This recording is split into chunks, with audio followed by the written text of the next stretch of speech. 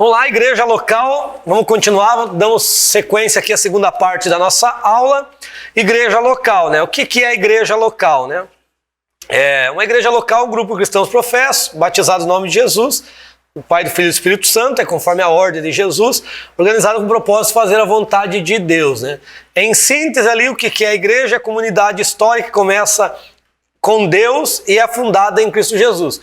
É um mistério, né? A igreja, essa eclesia, esse povo separado que estaria, essa comunidade que seria juntada tanto dos gentios como unidas, né? Tanto do gentio quanto dos judeus, era algo que estava no coração de Deus, que a Bíblia fala, né? Que Cristo estava em Deus e a igreja estava em Cristo. Então, isso é um mistério, né? Que Paulo fala no capítulo 2 de Efésios, Paulo fala no capítulo 2, 1 e 2 ali de Colossenses, que em Romanos 16, 25, que a igreja, que Cristo, Romanos 16, 25, Cristo é um mistério que estava oculto em Deus, que foi revelado na era, né, vindoura, ou seja, estava oculto nos tempos eternos e foi revelado no tempo próprio, né?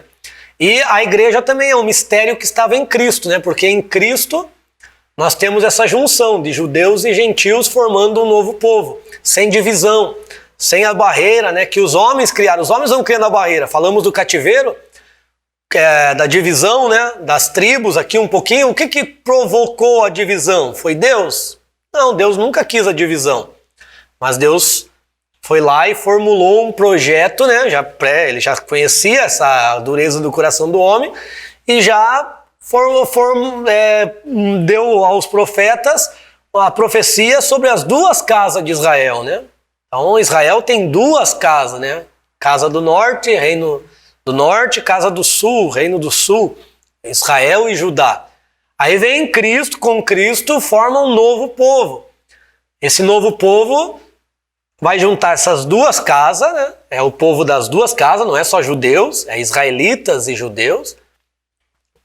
Ou seja, as 10 tribos mais as 2 tribos, todo Israel, 12 tribos, e as nações agora, ou seja, se você pegar o capítulo 9 de Romanos, você vai ver que o culto, a quem Deus revelou o culto divino? A Israel, né? A quem Deus deu promessas e alianças? Né? A Israel. Mas agora, então nós temos que entender a importância de Israel, né? Na história, a gente não pode excluir Israel, né? Então, houve na teologia histórica essa substituição, que é isso aqui, ó, né, que nós falamos. O judaísmo, o cristianismo é a culminação do judaísmo. Não é.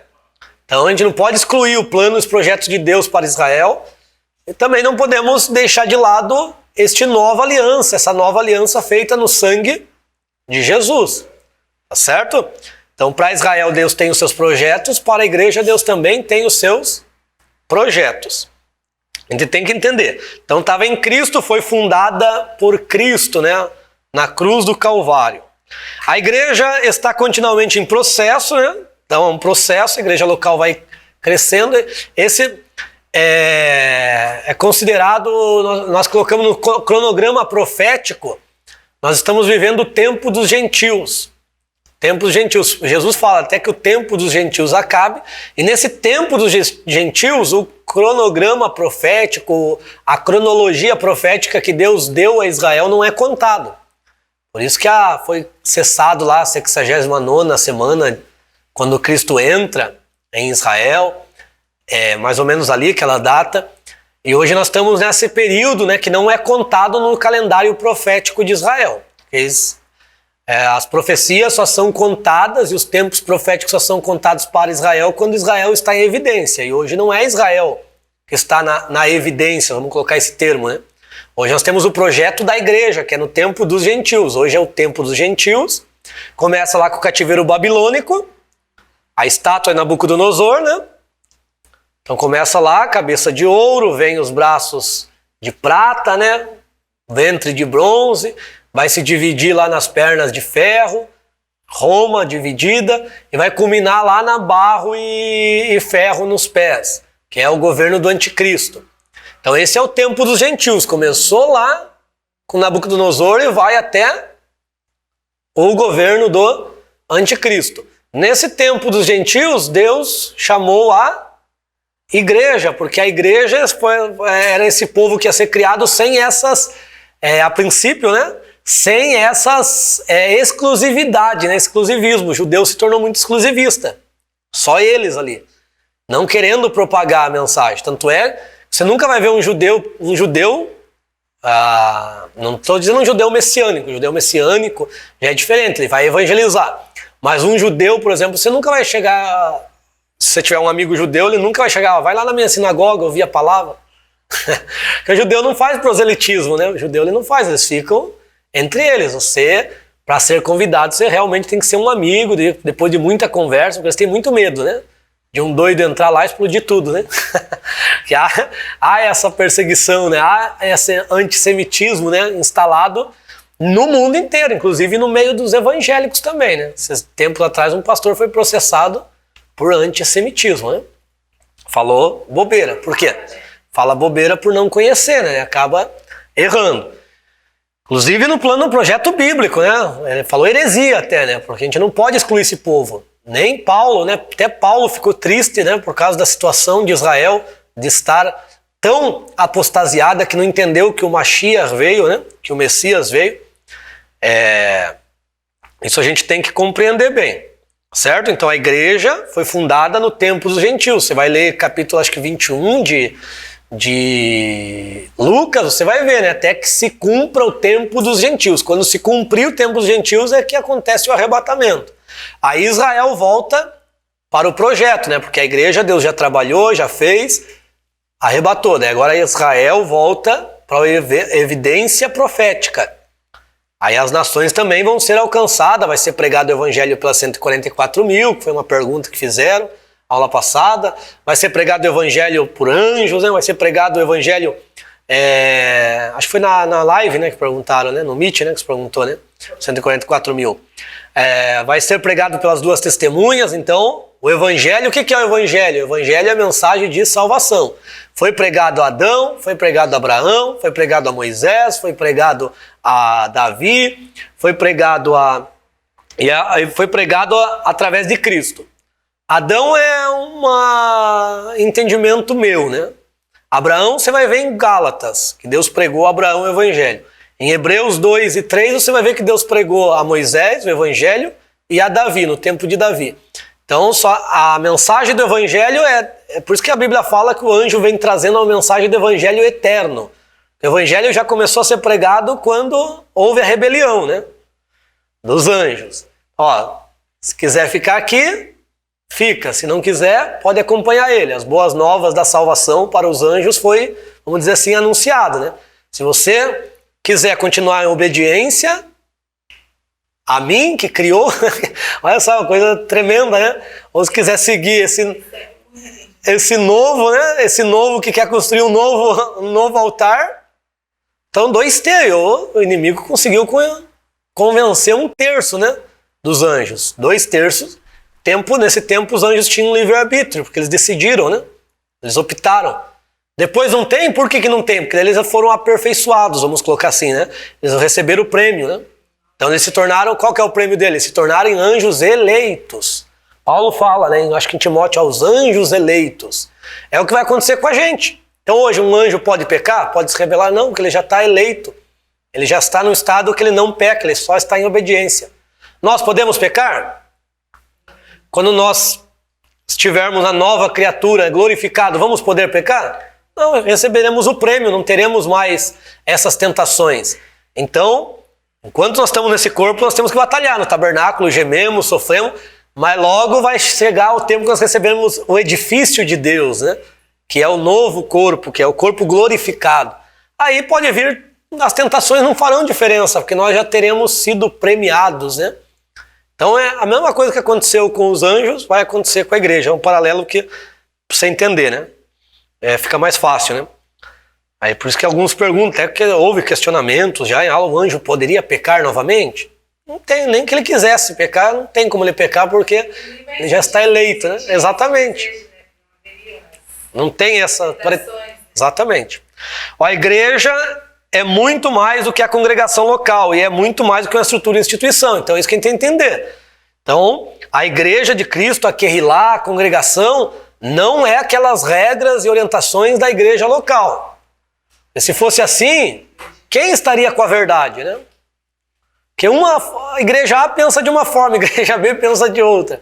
Então, está muito ligado ao que nós já aprendemos nas aulas passadas sobre cultura, né? Cultura, antropologia cultural, antropologia teológica. Então, está muito ligado a isso. Então, cada igreja vai formular, dependendo do grupo que ela está inserido ali. Vai ter, por exemplo, se a gente for lá para o Nordeste, você vai ver que os crentes são muito mais animados, né? O crente sulista é muito mais racional. Porque eles são, já está no DNA deles, né? Vamos dizer assim, eles são um povo mais receptivos. Então a forma deles verem Deus é diferente. Vai lá para a Europa, vai para os Estados Unidos, vai para a África, vai para a Europa, coloca perto da África, ou um Brasil perto da África. Você vê que os africanos são bem mais fervorosos, animados. Né? Foi para Curitiba lá, nosso amigo aí foi para morar em Curitiba, né? Aham. Falou para mim, pô, lá a igreja é muito fria. Então, né? Ninguém cumprimenta. Exatamente, porque o povo, né? A cultura do local, quem vem lá do Nordeste, por exemplo, daqui já tem diferença. Quem vem do Nordeste lá acha que nós não somos nem crente, né?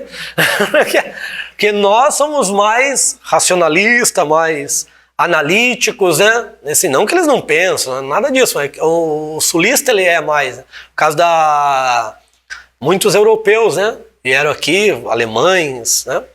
Italianos.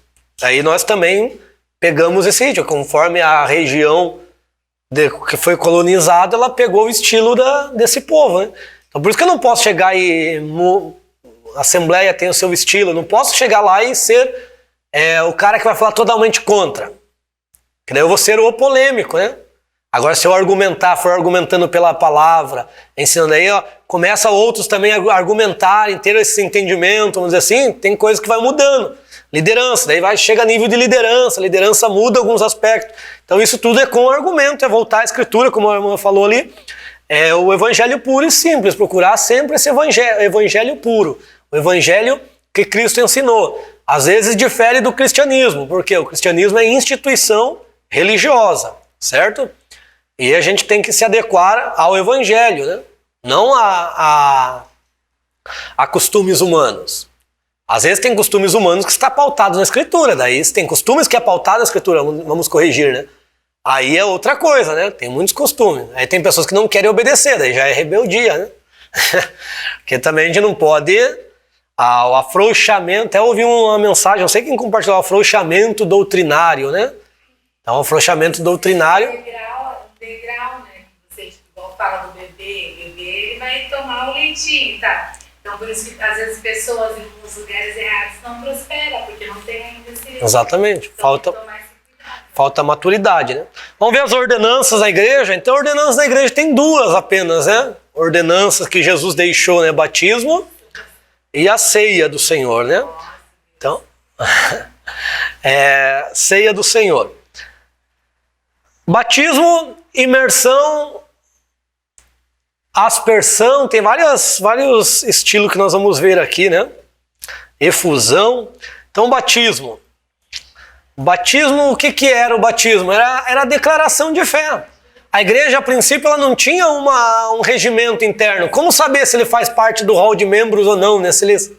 Então, ele se batizava, era a declaração de fé. Quando Pedro fala, arrependei-vos e sejam batizados, por que ele está falando isso? Que arrependam-se e tenham fé, né? Declarem a sua fé em Cristo. Quando Filipe pregou para o eunuco lá, o que ele disse? Ele pregou tão forte o evangelho que o eunuco viu um pouco de água e disse, tem água ali, o que me impede de ser batizado? Ele diz, você crê que Jesus é o Filho de Deus? Ele, eu creio, eu tenho essa crença, já batizou. Teve processo, né? Você vê, a igreja da atualidade difere da igreja primitiva. Que a igreja primitiva, a pessoa declarava a fé e já batizava. Agora é quase que por um mérito, né? Se você fica lá, vamos ver, espera alguns anos, vamos fazer um discipulado de 3 meses, como se o discipulado de 3 meses resolvesse. O discípulo ficaram 3 anos, tinha um que era incrédulo, tinha outro que traiu, tinha outro que negou. 3 anos! 3 meses, isso próprio Jesus ensinando, imagine nós. Vai ter que esperar o mês inteiro por causa do batismo geral, que só pode Exatamente. Mas isso por quê? Eu também vou pegar outra parte, né? Outra parte é organização, né? Organização para melhor andamento, às vezes. Mas às vezes tem lugares que não. Se você não completar 18 anos, você não se batiza. Até os 18 anos pode nascer na igreja, até os 18 anos você não toma ceia. Se não batizou. Então o que a Bíblia diz? É ter consciência. Você tem consciência de declarar, daí a igreja criou umas normas para quê? Que é uma questão de organização, por exemplo. Tem algum lugar que diz que tem que se batizar aos 12 anos? Não tem. Mas a igreja criou, a maioria das igrejas batiza a partir dos 12 anos, porque criou que é uma idade que já... Hoje, os 12 anos é muito mais infantil que os 12 anos do passado, se você analisar. Então, é muito particular, ou avançado, é muito particular, não existe uma idade real, assim, cada um vai ter mais maturidade. Tem gente com 30 anos que é pior que criança, né? Que a parte intelectual da pessoa de 12 anos não está completa ainda. Não, está maturação, né? A fase, se analisar ali umas fases, ela está na fase de maturação, né? Não está desenvolvido completamente. Está em maturação. Agora o que tem que ter? Tem que ter essa consciência, de arrependimento, de viver uma vida. Isso que é o batismo. O batismo não é só lá dar um banho de água, né? É você ter essa consciência que Jesus realmente é o Filho de Deus que veio para salvar você dos pecados. Isso não é só para aumentar lá o hall de membros, né? Não é só para vaidade humana, né? Complica a gente que tem filho adolescente, que chega os 12, eles querem batizar. Eu deixei os meus filhos. Sim. Perguntavam para minha filha, eu tenho que estudar, vocês nasceram na igreja, a mãe foi professora de vocês, eles não têm hora que vocês acharem que estão prontos, vai lá e batiza. Não é por causa da idade, chegou agora a idade, aquela idade é mística, né? Eu ia saber se eles estavam fazendo coisa errada ou não. Eles não. Eu acho que o pai, não querendo discordar com a irmã, né? Eu acho que o pai ele tem que incentivar o filho a se batizar. Né? Porque se você crê em Jesus e for batizado, você Mas ela não está desincentivando, ela está dando essa escolha, né? Não chegando, né? Por exemplo, Às vezes o pai incentiva tanto que a criança vai nem... acha uma obrigação e se batiza, mas ele não está nem... Não tem consciência, né? Sim. Não, sim, eu entendi o teu posicionamento, né?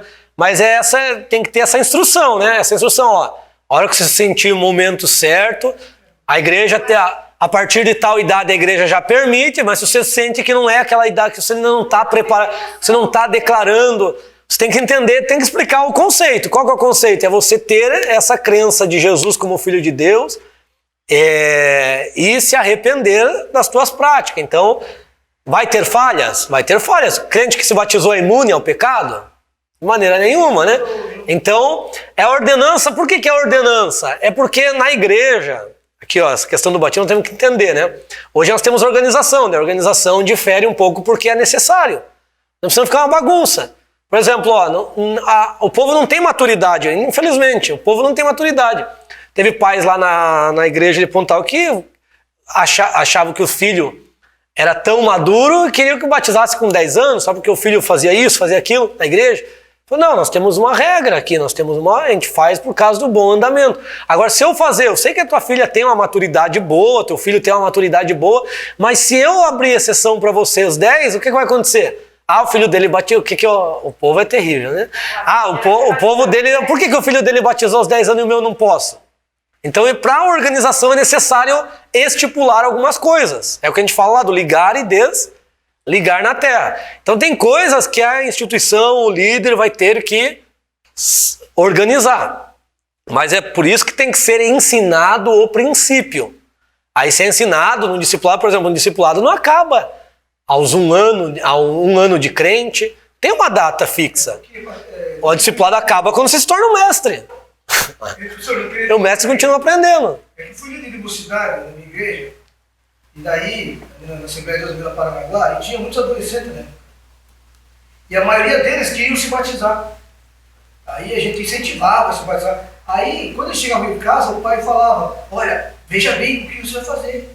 Olha, não é bem assim mesmo, né? E eles desistiam de se batizar. Pô, daí o próprio pai... Não, uma das coisas que eu...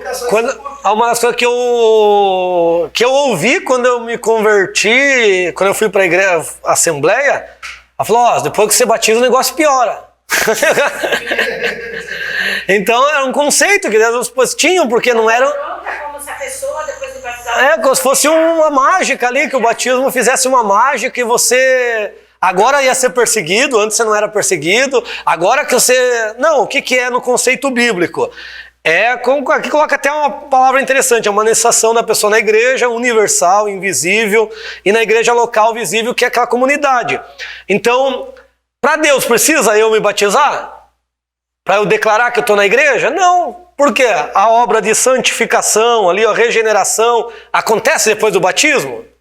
Isso não acontece. Mas para a comunidade eu preciso declarar. Por isso que aquele que declara diante dos homens e confessam, esses serão declarados e confessados diante do Pai. É uma declaração de fé.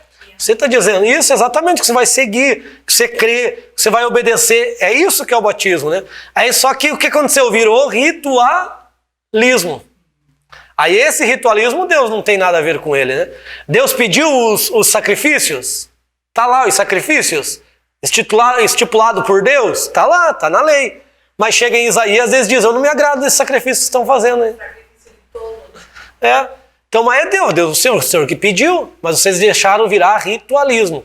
Isso acontece com o batismo e acontece com a ceia também. Faz o sacrifício aqui no púlpito para Deus, e lá nas paredes ocultas para... Tá bom? Exatamente, porque ó... Tem gente que ele pode faltar o culto que for. Ele falta, não tem problema. Mas se faltar o culto de ceia, ele acha que está em pecado. Por quê? Já colocou a ceia como ritual. Esquece do objetivo da ceia. Comunhão, né? Comunhão um entre os outros para anunciar a morte até que ele... Para que sempre esteja viva. Tem gente que já faz por ritualismo, porque já nem entende mais nada. Pode perguntar. Vai ser penalizado, tá? É pagão, Exatamente. Depois do batismo piora, porque eles falam também que a hora que você se batiza, você declara guerra com Satanás e todos os demônios dele. Mas Você saiu dele. Então Agora você... Antes você não era, você podia estar lá a vida toda, mas você não era. Não, mas as pessoas colocam assim, eu tenho uma irmã que ela tem esse entendimento, né? Você aí da igreja a vida inteira passando por um monte de situações, eu tô de boa. Ela fala muito isso. Aí eu vou querer, daí a gente vem com um contexto, né? Quem disse que o caminho é largo, é estreito, né? É um tesouro que você encontra fácil, a gente começa os argumentos que, né? Porque as pessoas pensam assim, depois que fui pra igreja, desandou. Não, é uma batalha. Não, porque daí já que mudou também um pouco, né? Quando você aceita, porque daí tem a organização fez isso, a gente tem o que ligar, tá ligado, o que desligar. Então vamos respeitar, porque a organização tá bem antes do que eu não posso ser o rebelde também, né? Querer mudar, chutar, não, eu achei que tá errado isso aí, meu pensamento é diferente. Não, tem que analisar. Porque teu emprego lá, você pode chegar e dizer, hoje eu vou chegar às 10 porque eu tô querendo chegar às 10, amanhã eu chego às 11 porque quer chegar às 11. Tem uma regra, né? Então, você tem horário. O que lá no emprego você consegue fazer e no reino de Deus você quer fazer do jeito que você quer? Então não é assim. Então a igreja já está bem antes de nós. Depois que a gente for, se Jesus não voltar, vai continuar a instituição, precisa organização. Só que às vezes essa organização tem que ser revista, né? Tem que ser analisada, ver se está condizendo, se não está, analisar o povo que está, se já não mudou, analisar a forma. Então tem que ser analisado. Quando a gente vem para a igreja, como ela falou lá, aceita Cristo. Por quê? Porque a nossa parte espiritual estava mortificada, né? Então não tem batalha espiritual. Agora ela é vivificada. Aí tem as batalhas espirituais. Certo? Então quando a gente vai para Cristo, o Espírito Santo, ele vivifica o meu espírito e acontece agora a guerra, né? Carne e espírito. Então, veja que a carne é valente, né? A luta é contra Deus. A carne, ela é terrível, né? A carne, ela quer viver frouxadamente, né? Por isso que a tua irmã fala, ela tá livre, leve e solta, porque ela não tem que dar não tem a batalha espiritual. Ela tá vivendo da maneira que deve viver. Daí o cristão, não. Ele tem as regras e os princípios. Então a carne sofre por causa disso. E você renunciar é difícil, né? Quando você responder na hora, você respira e fala, Tem o Espírito Santo, né? Por isso que tem aquele versículo, né? Tem o Espírito Santo que está... Todas as coisas me é lícito, mas nem tudo me convém, né? Exatamente. Caráter, né? Porque a gente tem mesmo uma personalidade já formada. O Espírito Santo vai mostrando, que o Espírito Santo vai guiando, né? vai ensinando. Vamos fazer uma outra pergunta, A hora que professor. coisa aperta, eles pedem pro crente orar, né? Vamos fazer uma outra A pergunta. hora que aperta, eles pedem pro crente orar. Uma vez eu estava conversando com um colega meu e aí ele falou sobre a consciência. Que, por exemplo, se a consciência me condena que aquilo é errado e eu faço de errado, eu estou pecando. Mas se ela não me se eu sei que é errado, mas ela não me condena, eu também estou pecando?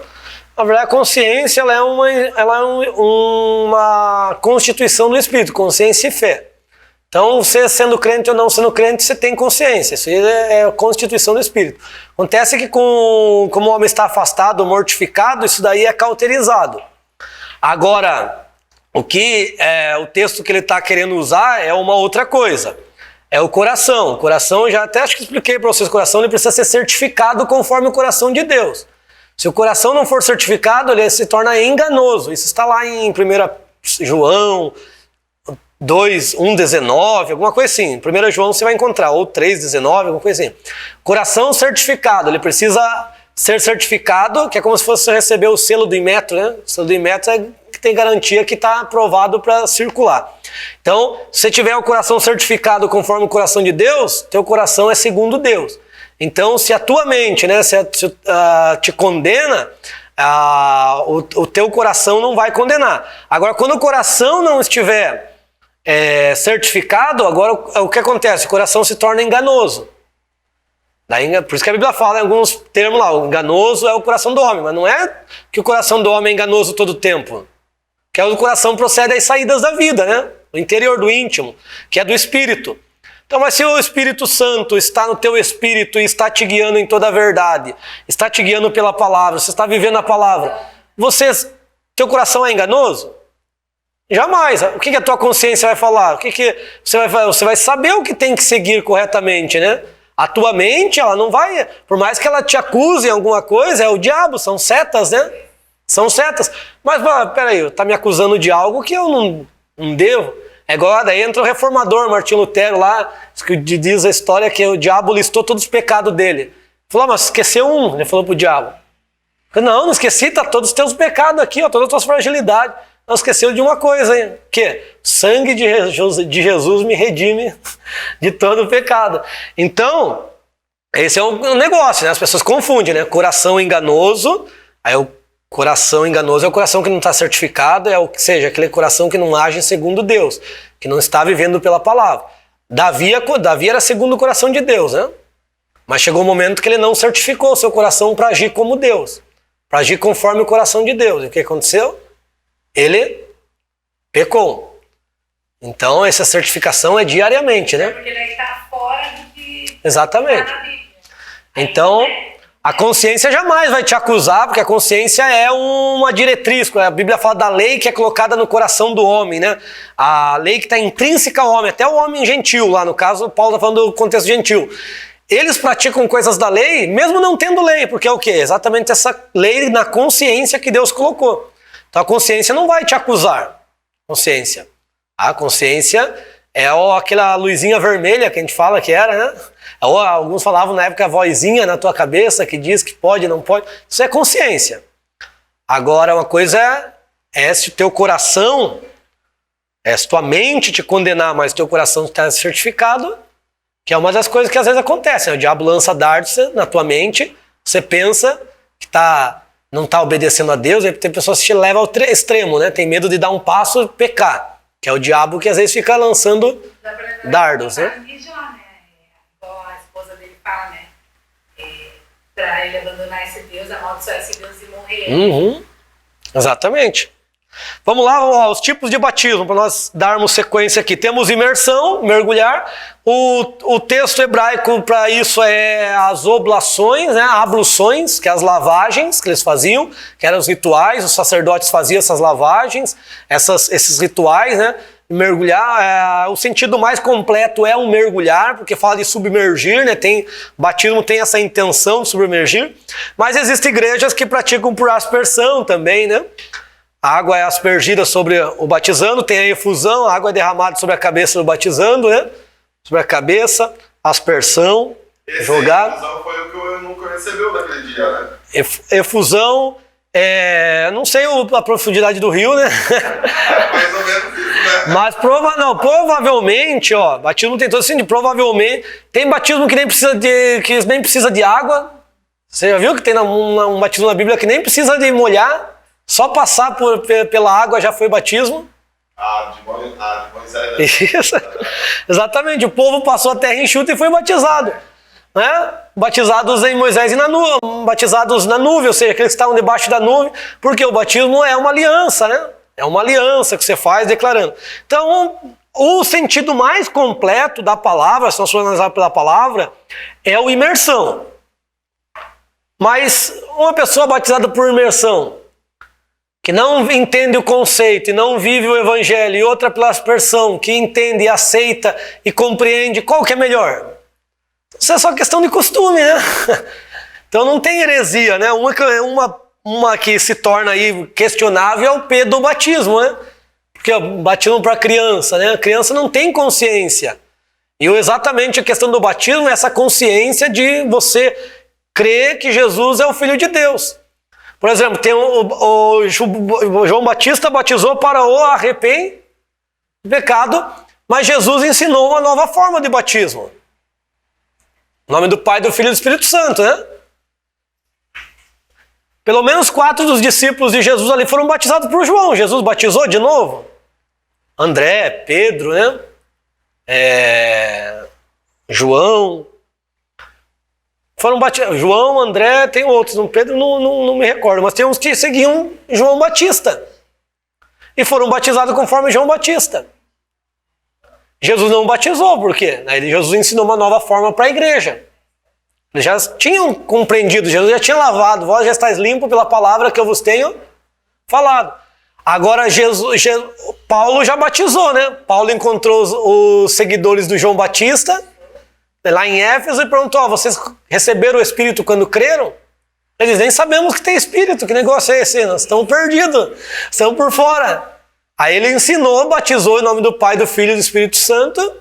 Por quê? O batismo de João era uma parte da mensagem. Agora ele batizou para que eles tenham o entendimento completo da mensagem e eles receberam o batismo com o Espírito Santo.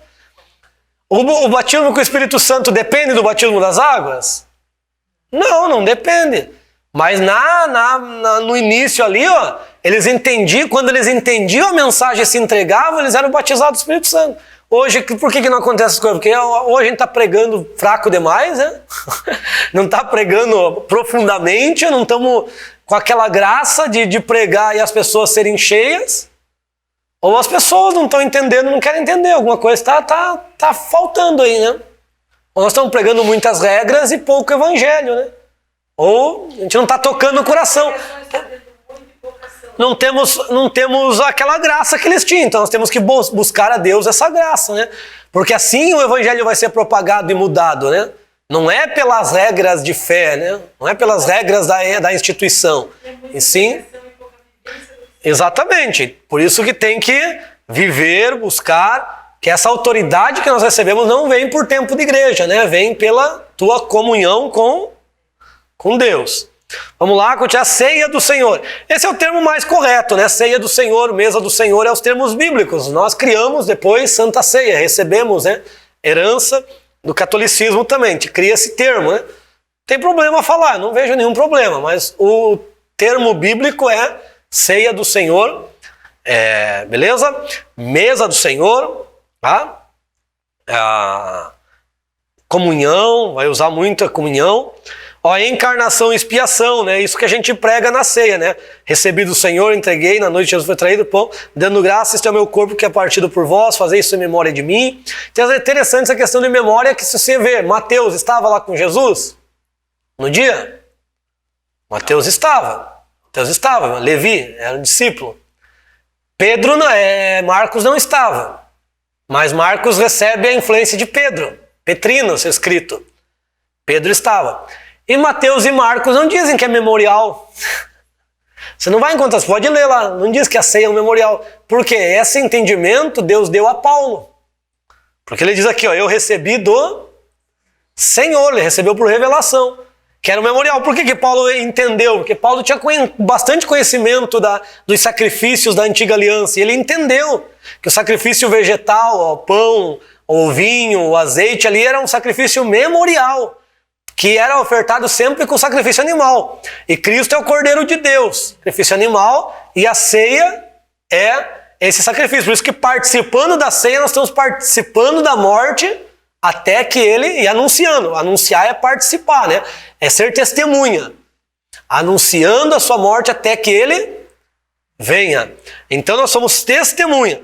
Aí você vai encontrar em Lucas, porque Lucas recebe a influência de Paulo. Lucas aprende com Paulo. Então Lucas é o único que vai escrever, fazer isso em memória de... Por quê? Ele aprendeu com Paulo. Paulo aprendeu com Jesus e Lucas com Paulo. Então nós temos aqui encarnação e expiação, né? A vinda de Cristo, e a sua expiação é o preço pago, né? Tem o dia da expiação, o Yom Kippur, que era... Pode falar. Na Santa Ceia, tem uma dúvida. Por exemplo, a igreja que eu frequento, ela só participa da ceia as pessoas que são batizadas nas águas, tudo, né, certinho. E quando vai alguém de fora, daí ele fala, se a pessoa já foi batizada, então ela pode receber. Tem uma igreja que meu filho está frequentando que ele fala que a ceia é do Senhor, não é dele. Então, assim, ele serve para todas as pessoas que quiserem, independente de elas serem batizadas ou não, independente de ser criança ou ser adulto. Eu, na verdade, fiquei com, assim, um cara com isso. Eu aprendi desde cedo da forma que a minha igreja ensinou. Tá certo. Tem novas igrejas que estão com novas culturas que a gente tem que choca, né? Então, qual que é a doutrina? A doutrina, ela vem lá do tabernáculo. Essa é a doutrina da ceia, a tipologia está no tabernáculo. É o que Jesus cumpriu, toda a justiça divina. O tabernáculo era um tipo. E Jesus vem e cumpre. Qual que é a primeira coisa que você vê no tabernáculo? Se você entrasse no tabernáculo, altar de sacrifício. Depois do altar de sacrifício que tinha a bacia de bronze. E lá dentro só o sacerdote entrava, né? Os sacerdotes, no lugar santo, tinha a mesa de pães. Que tinha 12 pães, que era trocado a cada sábado, e tinha cálice também, que era pro sacerdote. Então aqui nós temos a doutrina. Primeiro, tem que passar pela cruz de Cristo, né? Essa é a doutrina. Passou pela cruz, tem o batismo nas águas. Então o batismo é necessário para depois participar da comunhão, da mesa, e também ser cheio do Espírito. Por isso que o batismo aqui no contexto bíblico ele já era subsequente, porque você declarava a fé e o Espírito Santo te enchia. Então, mas tem que ter essa ordem. Outro texto que eu posso usar, Moisés. Tá? Coríntios 10 é a base que Paulo ensina. Então, primeiro eles foram batizados na nuvem e no mar. E depois comeram o manjar espiritual, que é o maná. Então, doutrina não pode mudar. Então, o que tem que acontecer primeiro? Primeiro tem que passar pelas águas do batismo, para depois comer o pão e beber a bebida espiritual. Então, isso é doutrina, é os textos que eu posso usar para falar quando a pessoa me perguntar, né? Por que a criança não come? A criança vai ficar com fome. Faz um pão a mais lá e dá para as crianças comer. Não consagra, né? Não ora.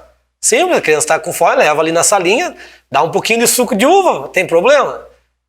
Se a criança começa a ter esses desejos, pega ali, compra mais, compra um pouquinho e não consagra. Agora, a partir do momento que consagrou, ceia do Senhor é para quem está em comunhão com a igreja, com a comunidade.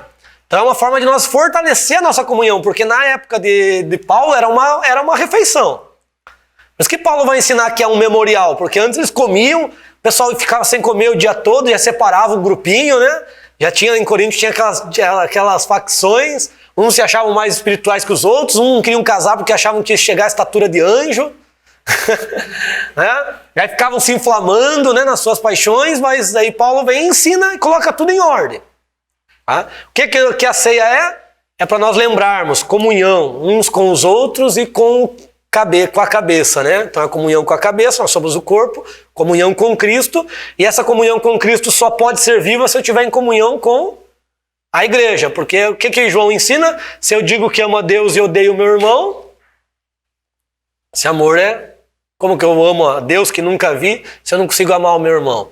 Então primeiro é essa comunhão, por isso que Paulo fala, esperais um pelos outros, não quer dizer que todo mundo tem que comer na mesma hora, tem igreja que tem esse costume, não tem problema. Mas não quer dizer isso o texto, todo mundo tem que comer na mesma hora, todo mundo tem que beber na mesma hora. Paulo simplesmente organizou, porque tinha gente que chegava antes, comia, daí os outros chegavam depois, estavam até separando por grupo, né? Aí não tinha mais para o outro comer, porque era refeição mesmo. Era cálices grandes, eles bebiam e comiam, era uma refeição, por isso o nome ceia. Não é ceia à toa. Porque ceia, o que é ceia? Ceia é uma refeição, porque eles comiam. Daí Paulo organizou para que não tivesse esse problema aí. É um memorial, vocês não entenderam muito bem, vocês estão enchendo o bucho aí. Vocês estão se embriagando e o povo ali, tem gente que não está comendo. Então se tem fome, come em casa. Vamos participar da comunhão, todos unidos, em unidade, fortalecendo o amor, fortalecendo a comunhão um com os outros, por isso que é esperar um pelos outros, para fortalecer essa comunhão um com os outros e com Cristo, né? Fortalecendo a nossa comunhão com os outros, nós estamos fortalecendo a nossa comunhão com Cristo, né? Então tem alguns entendimentos aí, que é os pontos de vista, que é os entendimentos do homem. Transubstanciação é o ponto católico, que diz que após a oração ali se torna o vinho se torna sangue e o pão se torna carne, né? Isso não é. Jesus usa como símbolo, isto é o meu corpo, isto é o meu sangue, é um símbolo, é tipo, é falta de entendimento da tipologia. Consubstanciação, ponto de vista luterano, né? Que é, ou seja, a carne está e o sangue está presente ali, consubstanciação, ele está presente. Presença espiritual, ponto de vista calvinista, que é Jesus está presente, já mudou um pouquinho. Houve até um debate de Lutero porque Lutero tem a visão, na verdade, transubstanciação. Depois os luteranos que mudaram um pouquinho essa visão. Mas a Lutero tem a mesma visão do catolicismo. E Zwinglio, né, que foi um exímio reformador, ele que colocou esse ponto de vista, que é o ponto de presença espiritual, né, mais ou menos ali que Calvino seguiu. Ordenança, né, uma ordenança que é o ponto de vista batista. Então é um memorial. O que a Bíblia, se você olhar o ponto de Paulo, o que Paulo colocou? Memorial. Por que memorial? Eles têm que entender o sacrifício. Todo sacrifício animal levava um sacrifício vegetal. Tanto um quanto o outro era extremamente importante, né? Porque o vegetal era memorial do animal. Por isso que tinha que levar incenso, que o incenso representava a gordura no animal. Tinha que levar o trigo, que o trigo representa a massa, né? Os músculos da carne. Levava o vinho, porque o vinho representa o sangue, né? Então aí está a oferta completa, né? Carne, sangue, vinho. Daí o incenso representa o aroma, né? O incenso representa o aroma suave que saía, né? Por isso que o incenso era apresentado também, que era a essência, né? Erva aromática, né? Que eles misturavam naqueles pães, faziam pães. Aí por isso que uma parte lá era tirado e lançado no altar de sacrifício. A tipologia é ampla, né? Tipologia ampla, tinha primícias, tinha todas as ofertas vegetais levavam oferta, toda oferta animal levava oferta vegetal. Vamos lá adiante um pouquinho mais. Forma de governo, a igreja tem episcopal, né? Onde a autoridade é o bispo. Presbiteriano, o principal ali é o presbítero. Congregacional, dois conceitos básicos do sistema é autonomia e democracia. A assembleia, por exemplo, eu marquei aqui, né? Acabei não colocando aqui porque não tinha, esse é o que está na lição. A assembleia tem o sistema oligárquico. Oligarquia. O que é oligarquia? Regime político em poder que é exercido por um pequeno grupo de pessoas pertencentes ao mesmo partido, classe ou família. Geralmente a Assembleia tem o corpo de obreiro ali que decide, né? Então isso é oligarquia. Tem a parlamentarista também, né? Parlamentarista é parecido ali com... parlamentarista é o estilo da Inglaterra lá, né? A Inglaterra é um estilo parlamentarista, tem igrejas que são assim. Oficiais extraordinários na igreja. Nós temos ali os ministérios que Jesus deixou, apóstolos. Então você pode gravar na tua mão, apóstolos, profetas, evangelistas, pastores e mestres. Aí você vê aqui, ó, o apóstolo é o único que alcança todos os dedos, né? O dedão é o único que alcança todos os dedos, porque o apóstolo, ele é um profeta, ele é um evangelista, ele é um pastor, ele é um mestre. Paulo disse, né, que era mestre dos gentios. Paulo disse que era evangelista. Pedro disse que era presbítero, né? João disse que era presbítero porque eles alcançam, o apóstolo alcança. E esses 5 ministérios é o presbitério. Presbitério. Então, o presbitério da igreja era os presbíteros que a Bíblia fala, eram esses 5 ministérios. Profeta, aquele que indica o caminho, não é acusador, né? Aquele que indica o caminho, aponta. Porque o apóstolo lança os fundamentos, lança as bases. E o profeta é como se fosse o fiscal da obra, né? Para ver se está tudo correto, conforme as diretrizes. Então, o profeta é aquele que ensina conforme a palavra. Então, não é aquele que diz assim, diz o Senhor na nova aliança. Não. Não é aquele que tem o dom de profecia. Não é o que manda profetizar, nem que tem dom de profecia, porque dom de profecia é uma manifestação do Espírito. Agora, ministério é dado por Jesus. Então, o profeta é aquele que ensina conforme os fundamentos lançados. Então, que o apóstolo lançou. Então, o que é o profeta? Aquele que ensina a palavra conforme os seus fundamentos. Quais que são os primeiros fundamentos? Está em Hebreus 6, é arrependimento das obras mortas, fé em Deus, doutrina dos batismos, imposição de mãos. Então essas são as doutrinas. O profeta é aquele que ensina conforme a doutrina. O profeta, ele é um mestre também. Ele é um pregador, ele é um ensinador. Ele é profeta. Profeta é isso, é aquele que fala no lugar do outro. Certo? Então, ele é diferente, ele tem um ministério, né? Ele tem um ministério, é diferente da manifestação. É um ministério que todos reconhecem. Você vai ver a diferença em Atos lá, não sei se é o 11, se é o 15.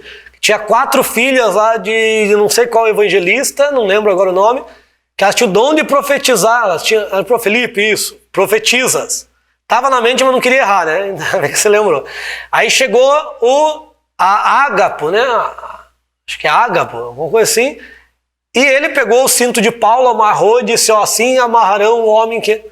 Você vê a diferença do dom de profecia. Tinha 4 que profetizavam e nenhuma profetizou. Agora tinha um que tinha um ministério de profeta, foi lá e lançou profecia. Então o ministério é diferente do que dom. Tem gente que recebe o dom de manifestação e diz, olha, eu sou profeta. Não, você não é profeta. Você pode ser. Se você ensinar conforme a palavra, agora ter uma manifestação é diferente de ser profeta. Porque profeta aqui é diferente do Antigo Testamento, que era ofício. No Antigo Testamento tinha os filhos dos profetas, estudavam para ser profeta. Na Nova Aliança não tem como estudar para ser profeta.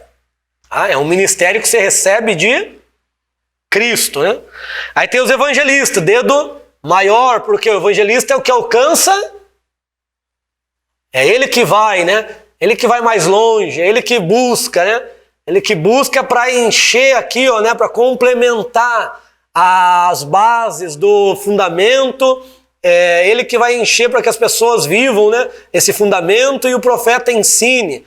O pastor é o quê? Dedo da aliança, né? Porque o pastor é aquele que casa com a igreja, porque ele tem que ter a responsabilidade, cuidado, né? Ele cuida, tem que cuidar como sua família, né? Por isso que Paulo fala, se não cuida dos seus, não tem como ser ordenado ao ministério, tem que cuidar, o presbitério tem que cuidar bem dos seus.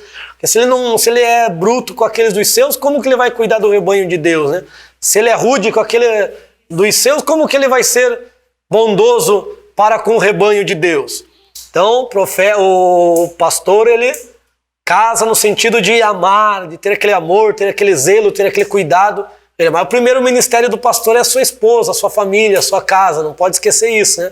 O pastor começa a esquecer isso e só se preocupar com a igreja, né? Isso é um problema. E o mestre, né? Às vezes o pastor é um mestre também, né? Às vezes não é regra, né? Depende muito. Tem pastores que querem ser mestre, mas não são ensinadores. Uma coisa é ensinar, outra coisa é ser mestre, né? Um dom que se recebe também. Paulo diz, o que ensina, dedique-se, esmere-se no ensinar, porque você pode se tornar um mestre, mas ensinar não é condição para ser mestre. O mestre é diferente. Tinha muitos ensinadores em Israel. Por que as pessoas reconheciam Jesus como mestre, né? Tinha os doutores da lei, tinha os professores da Torá, tinha os fariseus, tinha muitos, mas um próprio príncipe de Israel chega para Jesus e diz, mestres, bem sabemos que és vindo de Deus, que ninguém faz esses sinais. Então ele que ensinava todo mundo, era professor de professores. Nicodemos reconheceu que Cristo é um mestre. Então, olha a importância do mestre. Mestre não é qualquer um. Não é porque eu estou ensinando aqui que eu seja um mestre. Posso ter esse dom ou posso não ter. Porque cabe muita coisa nessa cabeça. Porque é ministério, né? Ministério é diferente de você aprender. Porque você recebe de Jesus. É isso que a gente tem que entender. Eu posso estudar a vida inteira e me tornar um doutor e não ser um mestre. Não ter esse dom. Até para pastorear, né? Exatamente. Porque a gente vê muitas pessoas nessa posição, porém essa posição, você tem que ter uma consciência que você tem que buscar por essas ovelhas. Exatamente. O evangelista vai estar pregando, né, esse amor, esse evangelho muito simples para aqueles que não conhecem. Mas os pastores às vezes ficam naquele de estar ali para quem está ali, mas e essa uma que a palavra diz que se perdeu e foi largada às 99 para alcançar aquela linha? Nós temos 5 ministérios que eles têm as suas funcionalidades e para ter um objetivo, querendo a perfeição dos santos, segundo diz Paulo aos Efésios, 4:12, né? 4:11 é apóstolo, profeta, e o objetivo está no 4:12, querendo a perfeição dos santos, até que todos cheguem à mesma estatura de fé, de conhecimento, tendo a mesma unidade e a mesma fé em Cristo. Nós temos 5, as pessoas focam em um só. Tudo é o pastor. Porque as próprias igrejas focaram nisso. Só deram importância o título maior na igreja é pastor. Mas não tem um título maior na igreja. Todos os 5 ministérios têm a importância. Porque eles representam as 5 virgens prudentes, né? Agora tem as 5 virgens insensatas, né? É aqueles que não dão valor para o azeite que é derramado sobre eles, né? Para o azeite que ilumina. Para a unção, para o Espírito Santo, que é o Espírito Santo que age nesses dons. Todos os dons são espirituais. Todos os dons são o Espírito quem nos ajuda. Porém, uns são de manifestação, Coríntios 12, uns são de ministério, Efésios 4:11, e outros são de serviços práticos, né? Socorros, misericórdia, liberalidade, governos, está em Romanos 16. Então temos esses ministérios, todo o Espírito Santo. Por exemplo, alguém que administra a empresa, é formado em administração, ele consegue administrar a igreja?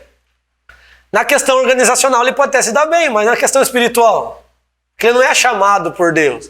Pode ser um doutor em administração. Eu sempre costumo dizer que é uma missão, né? Isso. A teologia para ser pastor, não é não é assim. Porque você abre mão até da tua situação. Sim. Te chamam para, por exemplo, dispensar um corpo, né? Para fazer uma palavra ali, você tem... O pastor que está... um emocional muito grande. Tem que estar junto ali, tem que estar ajudando. Assim, exatamente. Então é muito difícil, né? Quando entende-se como essa missão, aí eles falam... O chamado ele é diferente, eu né? admiro, assim, né, quem tem esse chamado, porque quando a gente lida com as pessoas e as situações do mundo, né, as adversidades, é muito difícil.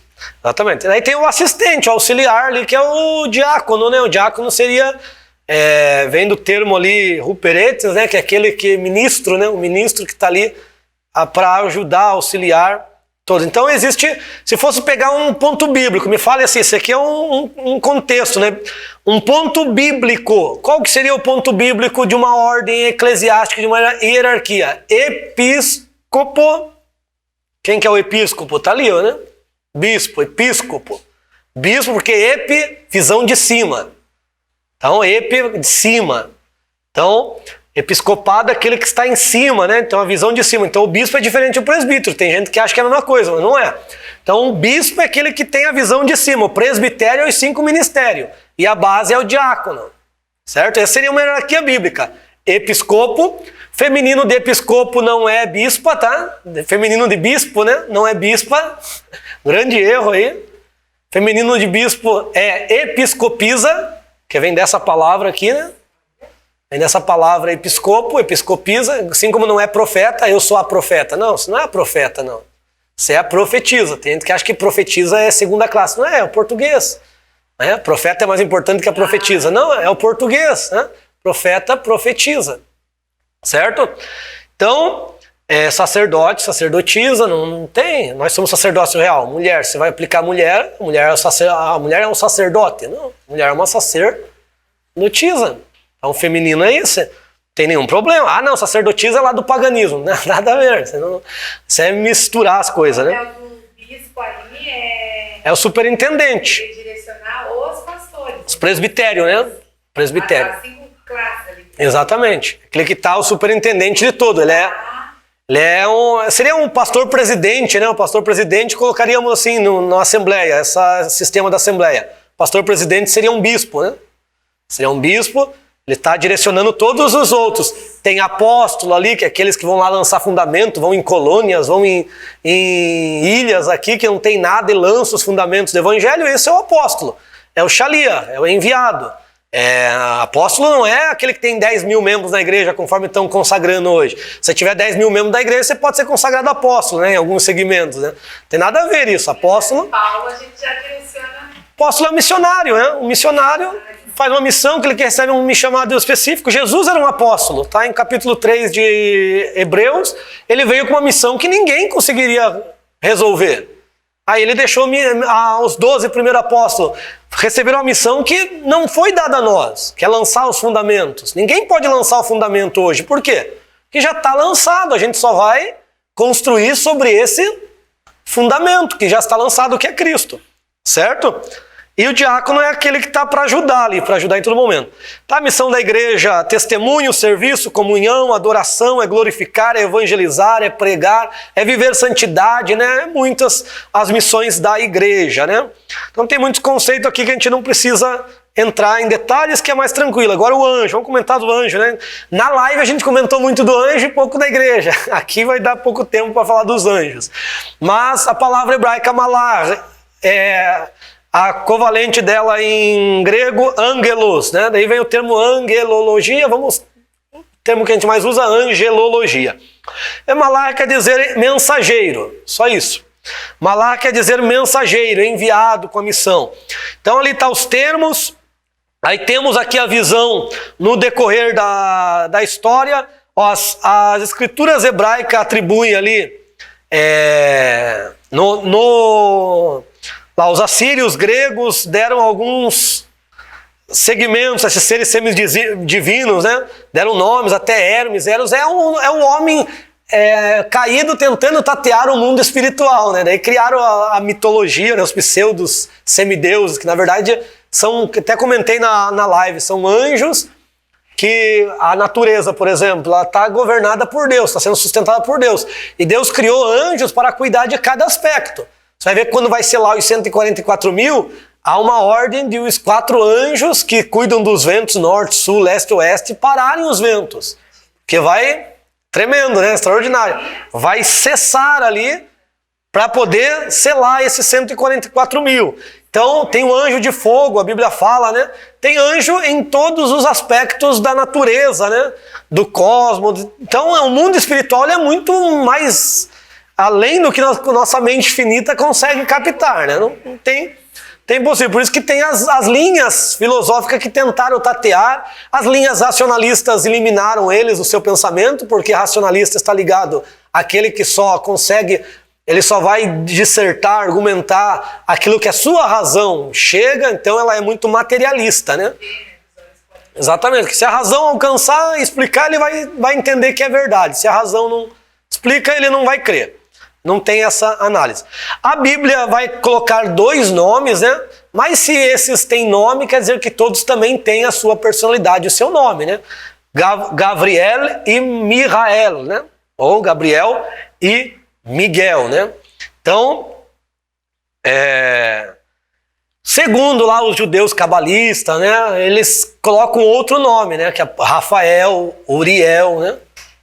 Tem outros nomes, certo? São 7 arcanjos, eles colocam, até eles colocam Gabriel como um arcanjo, mas não diz a Bíblia que Gabriel é um arcanjo. Agora Miguel, a Bíblia diz que é um arcanjo, né? Então, protetor de Israel é interessante isso aí, né? Porque cada nação tem um anjo que protege, e também tem, o inimigo também lança, né? O inimigo também, só que o diabo está perdendo sempre, né? O diabo vai perdendo as peças de reposição, por quê? Cada vez que o inimigo tenta se manifestar que ele é expulso de fato, há uma expulsão, esses anjos vão ser presos no abismo. Eles são presos. Então o diabo tem que ficar modificando as suas peças, né? Porque ele está perdendo. Olha quanto ele já não perdeu, porque o quanto que a igreja não avançou. Então, o diabo está perdendo e a igreja está avançando. Então essa é a base, tá? Não pensa que o diabo está crescendo, está ganhando, está vencendo. Não. O diabo sempre está perdendo e a igreja sempre está vencendo. Certo? Que a igreja é de Cristo. Por isso que diz, a porta do Hades não prevalecerão. Então, daí tem os filósofos aqui, tá, pessoal? Não vamos comentar muito sobre os filósofos, tá? Analisaram muitas questões aqui, tentaram responder racionalmente, né, o que compõe. Paulo diz que há corpo celestial, há corpo espiritual. Então, isso aqui é mais a parte filosófica da teoria. Biblicamente, o racionalismo lá ele excluiu os anjos, eruditos judaicos, tem os saduceus que não acreditavam na existência dos anjos, já tinha judeu que não acreditava, mas os anjos, fariseus acreditavam. Vamos entender um pouquinho Bart ali, Paul Tillich, que é aquela pergunta que teve lá, né? Vocês já argumentaram sobre ela. Millard e Erickson, então eles fizeram aquelas análises e você já respondeu a atividade 1 dentro dessa questão. Vamos pelo que a Bíblia diz, né? Anjos, eles são seres criados de estatura maiores que nós, né? São seres infinitos, não eternos, vamos dizer assim, porque eles não existiram sempre, né? Eles foram criados. Então, eternidade é um conceito que só tem no Pai, no Filho, no Espírito Santo. Então, nós costumamos dizer que eles são imortais, né? Tiveram princípio, mas não terão fim, né? O juízo virá para aqueles que se rebelaram. Então, o que aconteceu? Vamos tentar imaginar aqui, nós tínhamos os anjos de Deus, para nós finalizar, meio-dia já. Os anjos de Deus, uma terça parte caiu. Então agora nós temos os anjos de Deus e temos os anjos caídos. Anjos, o diabo e os seus anjos, Satanás e os seus anjos, eles são anjos. Deixaram de ser anjos? São anjos ainda, né? Mas são caídos. Aí como que aparece a palavra demônio, espírito, né? Tem alguns que criam a ideia de que tiveram coabitação com mulheres, daí criaram uma geração. Não, isso é tudo ideia fajuta aí, as lendas, é o que Paulo fala para não ficar nas fábulas judaicas, tá? Então demônio, essa palavra demônio, essa palavra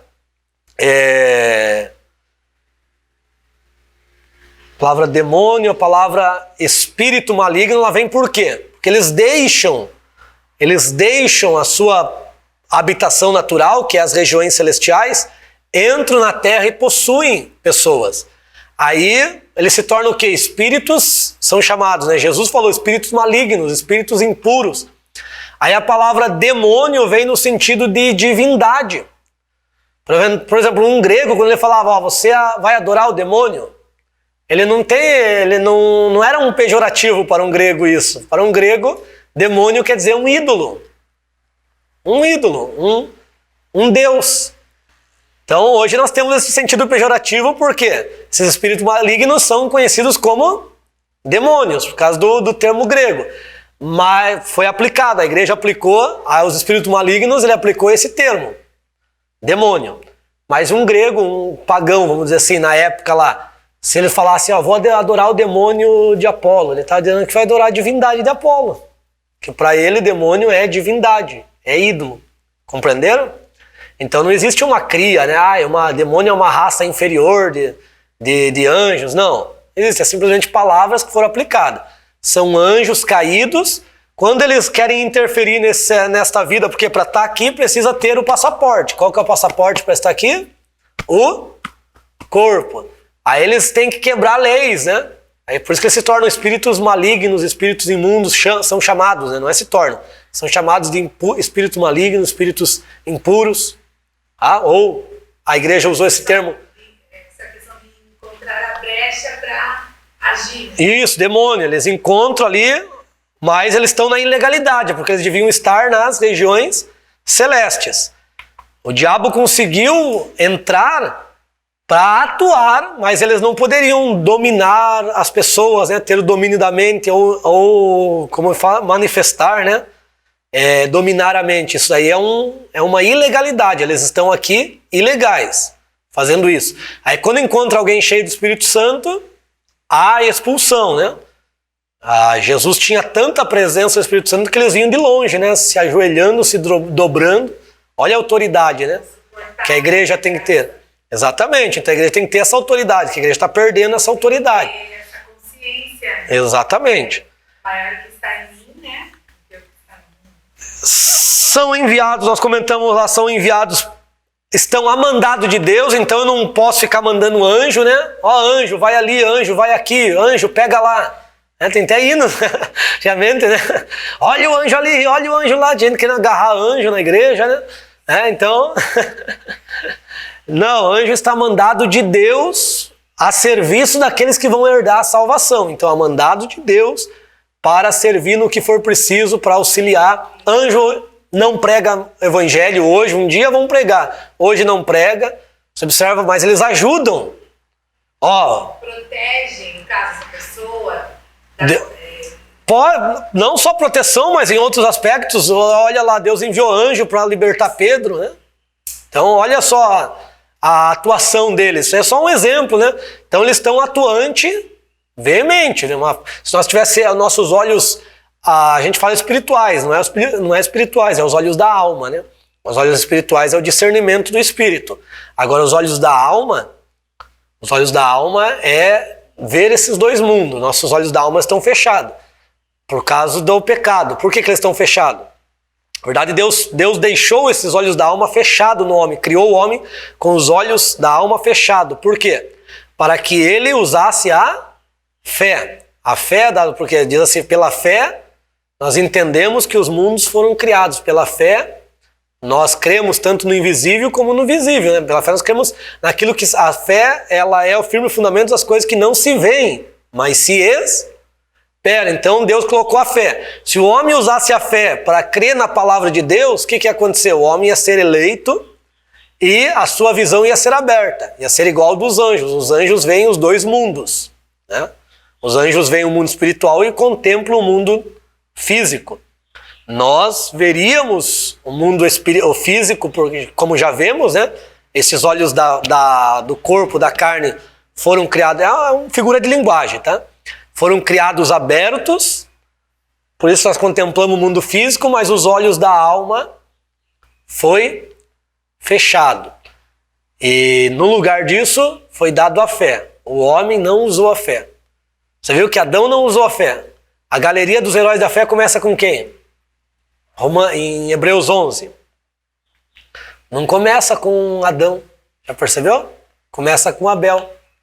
Com o filho de Adão. Pela fé, Abel ofereceu o sacrifício melhor do que seu irmão. Você vê, porque Adão, infelizmente, ele não usou a sua fé. Ele não usou, ele preferiu dar ouvido. Adão e Eva, né? Eu coloco os dois aqui, né? Preferiu dar ouvido à serpente, né? A Satanás. Então nós temos que usar. Por isso que nossos olhos estão fechados. Lembra lá de Eliseu? Eliseu, Deus abriu-se os olhos dele. Aí ele falou, o moço dele estava com medo, amedrontado, e disse, nós vamos perder, olha o grande exército. Ele disse, rapaz, calma, Senhor, abre os olhos dele. Aí quando Deus abriu os olhos dele, mas ele já não está com o olho aberto? Estava, olhos da alma. Alguns chamam de olhos espirituais, né? Mas é os olhos da alma. Quando ele abriu, ele viu um grande acampamento, né? dos exércitos de Deus, lutando, que iam lutar por eles. Aí ele ficou tranquilo, né? Então, se os nossos olhos da alma fossem abertos, estou falando tudo isso para dizer para vocês que nossos olhos da alma fossem abertos hoje, nós veríamos os dois mundos, né? Isso vai acontecer com a glorificação, né? Glorificação nós vamos contemplar.